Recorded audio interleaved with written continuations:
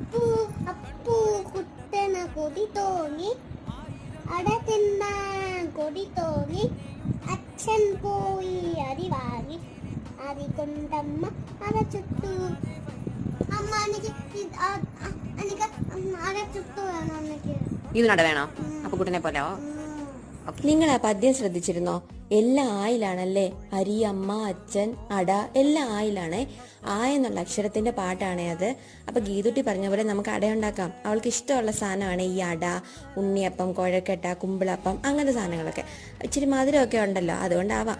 അപ്പൊ ഞാൻ എന്ത് ചെയ്യും, അടയൊക്കെ ഉണ്ടാക്കി ചക്ക വരട്ടിയതും അരിപ്പൊടിയൊക്കെ ചേർത്ത് മിക്സ് ചെയ്ത് ഇച്ചിരി നെയ്യൊക്കെ ഒഴിച്ച അട, മധുരമൊക്കെ വെച്ച് അട ഉണ്ടാക്കി 2-3 നമ്മുടെ വയനയിലും ഉണ്ടാക്കി. അതിന് പ്രത്യേക ടേസ്റ്റ് ആണല്ലോ, അതുകൊണ്ട്.